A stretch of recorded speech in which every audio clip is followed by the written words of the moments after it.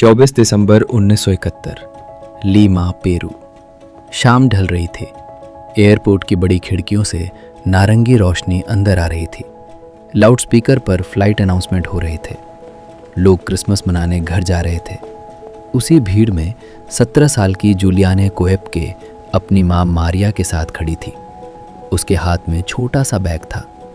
उसके चेहरे पर सामान्य सी शांति थी। वो ये सोच भी नहीं सकती थी कि अगले कुछ घंटों में उसकी पूरी दुनिया बदल जाएगी। जूलियाने का बचपन अमेज़न के जंगलों में बीता था। उसके माता पिता जीव विज्ञानी थे। उन्होंने उसे सिखाया था कि जंगल डरावना नहीं होता अगर तुम उसे समझो। लेकिन उस दिन जंगल उसे समझने नहीं, परखने वाला था। लैंसा फ्लाइट 508 ने रनवे पर रफ्तार पकड़ी और धीरे धीरे आसमान में उठ गई। नीचे शहर की रोशनी छोटी होती चली गई। कुछ देर तक उड़ान सामान्य रही।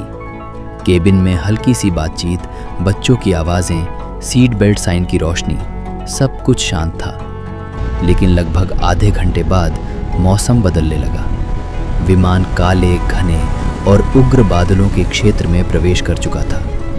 बाहर बिजली चमक रही थी। हर चमक कुछ सेकंड के लिए खिड़कियों के बाहर सब कुछ उजला कर देती, फिर अंधेरा छा जाता। विमान अचानक झटका खाता। ऊपर रखे बैग हिलने लगे। कुछ यात्रियों ने घबराकर सीट पकड़ ली। जूलियाने ने अपनी माँ की तरफ देखा। उसकी माँ ने हल्की मुस्कान दी, लेकिन आंखों में चिंता साफ थी। फिर एक तीखी चुभती हुई रोशनी, एक धमाका।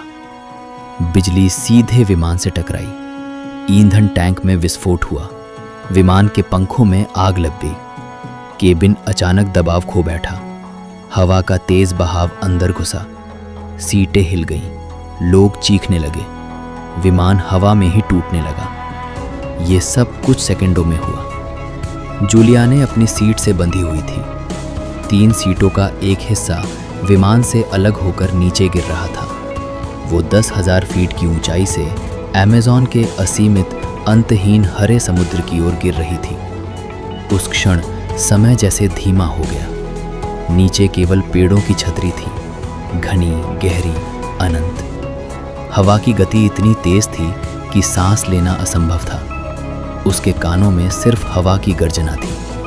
और फिर अंधेरा। जब उसे होश आया तो उसे पहले दर्द महसूस हुआ, तीखा, चुभता हुआ दर्द। उसने आंखें खोली। ऊपर पेड़ों की शाखाएं थीं।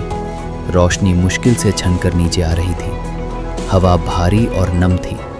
मिट्टी की गंध तेज थी। आसपास कीड़े मकोड़ों की आवाज़ें गूंज रही थीं। वो जिंदा थी। उसका कॉलर बोन टूट चुका था। दाहिना हाथ ठीक से हिल नहीं रहा था। एक आंख सूज चुकी थी। शरीर पर गहरे कट थे। कपड़े फट चुके थे, लेकिन वो सांस ले रही थी। कुछ मिनटों तक वो बस वहीं पड़ी रही। शायद उसका दिमाग समझ ही नहीं पा रहा था कि क्या हुआ है। धीरे धीरे उसे याद आने लगा। विमान, बिजली, धमाका, गिरना। वो उठने की कोशिश करती है। जमीन कीचड़ से भरी है। हाथ रखते ही दर्द से कराह उठती है। फिर भी वो बैठने में सफल होती है। चारों तरफ सन्नाटा है। कोई इंसान नहीं, कोई आवाज नहीं, सिर्फ जंगल। उसे अपनी माँ याद आती है। वो उठकर इधर उधर देखने की कोशिश करती है। कुछ दूरी पर धातु का टुकड़ा दिखता है। एक सीट उल्टी पड़ी है, लेकिन कोई जीवित नहीं दिखता। वो चलने की कोशिश करती है। हर कदम दर्द देता है। उसका सिर भारी है। शायद उसे कंकशन हुआ है। लेकिन उसी क्षण उसके अंदर एक विचार आता है, अगर मैं जिंदा हूं तो मुझे जिंदा रहना होगा। वो रुकती नहीं। उसे अपने पिता की आवाज़ याद आती है, जंगल में अगर खो जाओ तो पानी ढूंढो।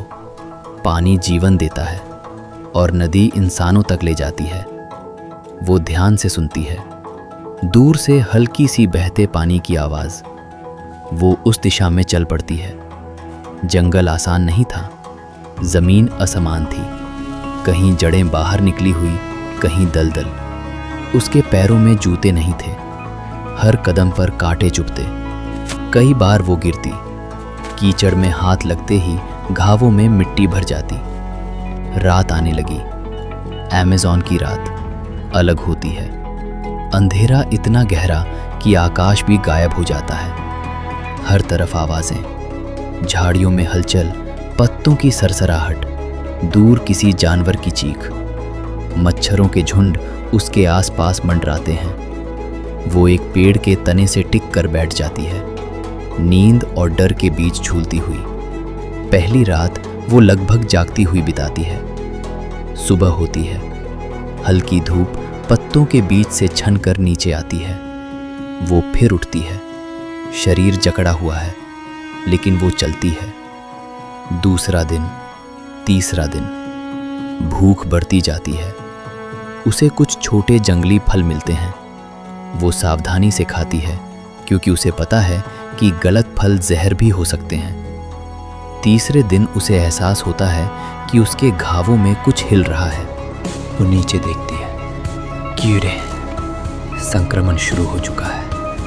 उसके सामने दो रास्ते हैं, दर्द सहकर कुछ करे या धीरे धीरे मर जाए।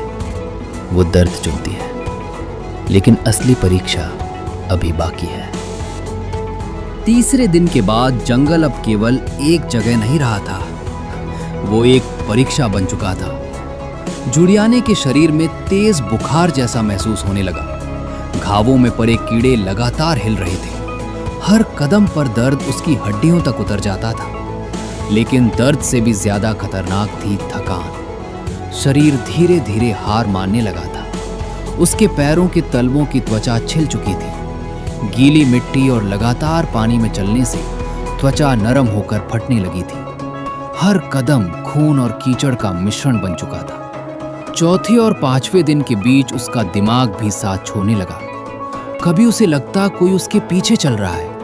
वो मुड़कर देखती, सिर्फ पेड़। कभी उसे अपनी माँ की आवाज सुनाई देती, जैसे वो पास खड़ी हो। लेकिन जब वो ध्यान से सुनती तो समझ आता ये सिर्फ हवा है जो पत्तों से टकरा रही है। अकेलापन इंसान के दिमाग से खेलना शुरू कर देता है। बारिश लगातार हो रही थी। अमेज़न की बारिश रुक रुक कर नहीं, बल्कि दीवार की तरह गिरती है। कपड़े हमेशा भीगे रहते, शरीर ठंडा पड़ जाता। उसे कांपते हुए भी चलना पड़ता, क्योंकि रुकना मतलब हार मानना था। रात को वो किसी ऊंची जड़ या सूखी जगह खोजती और बैठ जाती, लेकिन नींद कभी गहरी नहीं आती। हर छोटी आवाज उसे जगा देती। उसे डर था कि कहीं कोई जंगली जानवर उसके पास ना आ जाए। छठे दिन उसने महसूस किया कि उसका दाहिना कंधा सूजकर कठोर हो चुका है। कॉलर बोन का फ्रैक्चर उसे हर बार याद दिलाता था कि वो सामान्य हालत में नहीं है। फिर भी वो धारा का पीछा करती रही।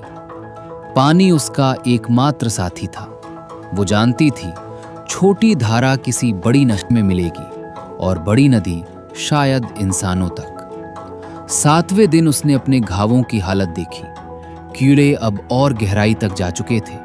संक्रमण बढ़ रहा था। उसी दिन उसे नदी किनारे एक पुराना पेट्रोल का डिब्बा दिखाई दिया, शायद किसी लकड़हारे का छोड़ा हुआ। उसने उसे उठाया। उसे पता था कि पेट्रोल त्वचा को जला देगा, लेकिन कीड़ों को भी मारेगा। उसने खुद को तैयार किया। धीरे धीरे उसने पेट्रोल घावों पर डाला। जलन इतनी तीव्र थी कि उसकी सांस रुक गई। वो जमीन पर गिर पड़ी। कुछ मिनट तक उसे लगा कि वो बेहोश हो जाएगी, लेकिन फिर उसने देखा कीड़े बाहर निकलने लगे। ये दृश्य भयावह था, लेकिन वही उसकी जिंदगी बचाने वाला कदम था।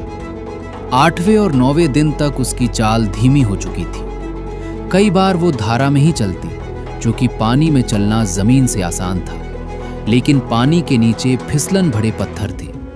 वो कई बार गिरी। उसके हाथ छिल गए। शरीर पर खरोंचें बढ़ती गईं। भूख अब स्थायी दर्द बन चुकी थी। पेट में ऐंठन होती। कभी कभी उसे चक्कर आते और वो कुछ देर बैठ जाती। 9वें दिन उसे पहली बार लगा कि शायद वो नहीं बच पाएगी। उसने एक बड़े पेड़ के तने से टिककर आंखें बंद कर ली। उसे लगा कि अगर वो सो गई तो शायद फिर नहीं उठेगी। लेकिन उसी पल उसके भीतर कहीं गहराई में एक आवाज आई, तुम यहां तक आ चुकी हो, अब हार मत मानो। उसने खुद को फिर उठाया। 10वें दिन जंगल का दृश्य थोड़ा बदलने लगा। धारा चौड़ी होने लगी थी। पेड़ों के बीच कुछ खुला सा स्थान दिखने लगा। यह संकेत था कि कहीं न कहीं इंसानी गतिविधि हो सकती है। उसकी उम्मीद फिर जागी, लेकिन शरीर अब बेहद कमजोर हो चुका था। उसकी चाल लड़खड़ाने लगी। कई बार उसे सहारा लेने के लिए पेड़ों को पकड़ना पड़ता। 11वें दिन सुबह उसने खुद को लगभग घसीटते हुए आगे बढ़ाया। तभी उसे दूर कुछ अलग दिखाई दिया। एक छोटी लकड़ी की नाव किनारे पर बंधी हुई। उसका दिल तेज धड़कने लगा। नाव का मतलब इंसान, इंसान का मतलब बचाव। वो अपनी आखिरी ताकत जुटाकर उस दिशा में बढ़ी। हर कदम जैसे पहाड़ चढ़ने जैसा था। आखिरकार वो नाव तक पहुंची। पास में एक छोटी झोपड़ी थी। शायद लकड़हारे यहां आते होंगे। वो झोपड़ी तक गई, लेकिन अंदर कोई नहीं था। उसका शरीर जवाब दे चुका था। वो वहीं जमीन पर गिर पड़ी। कई घंटों तक वो अर्धचेतन अवस्था में रही। उसे नहीं पता था कि कोई आएगा या नहीं। अगली सुबह कुछ स्थानीय लकड़हारे वहां पहुंचे। उन्होंने पहले तो उसे पहचान नहीं पाया। दुबली, घायल, कीचड़ में लिपटी हुई वो किसी इंसान से ज्यादा एक परछाई लग रही थी। लेकिन जब उन्होंने उसे पानी दिया और उसकी टूटी फूटी स्पेनिश में कहानी सुनी, तो वे समझ गए कि ये वही लड़की है जिसके बारे में रेडियो पर खबरें आ रही थी। उन्होंने तुरंत उसकी मदद की। घावों को साफ किया, उसे खाना दिया। फिर नाव से लंबी यात्रा शुरू हुई। लगभग 7 घंटे तक नदी के सहारे वे उसे अस्पताल तक लेकर गए। अस्पताल में डॉक्टर स्तब्ध थे। 10,000 फीट से गिरने के बाद जीवित बचना अपने आप में चमत्कार था, लेकिन 11 दिन तक अमेज़न के घने जंगल में अकेले रहना ये मानव सहन शक्ति की सीमा से परे था। लेकिन उसके लिए ये सिर्फ शारीरिक जीत नहीं थी। अस्पताल में उसे पता चला कि उसकी मां उस दुर्घटना में जीवित नहीं बची। ये खबर उसके लिए सबसे गहरा घाव थी। शरीर के घाव समय के साथ भर गए, लेकिन दिल का घाव जीवन भर उसके साथ रहा। सालों बाद जूलियाने ने वही रास्ता चुना जो उसके माता पिता ने चुना था। वो जीव विज्ञानी बनी और सबसे आश्चर्यजनक बात, वो फिर उसी अमेज़न जंगल में लौटी। वही जंगल जिसने उसे लगभग निगल लिया था, वही उसकी प्रयोगशाला बन गया। उसकी कहानी सिर्फ जीवित बचने की कहानी नहीं है। ये कहानी है मानसिक दृढ़ता की, उस क्षण की जब इंसान मौत के सामने खड़ा होकर कहता है, मैं अभी खत्म नहीं हुआ। अमेज़न ने उसे परखा, तोड़ा, घायल किया, लेकिन अंत में उसे स्वीकार भी किया। और शायद यही वजह है कि आज भी दुनिया उसे अमेज़न का चमत्कार कहती है।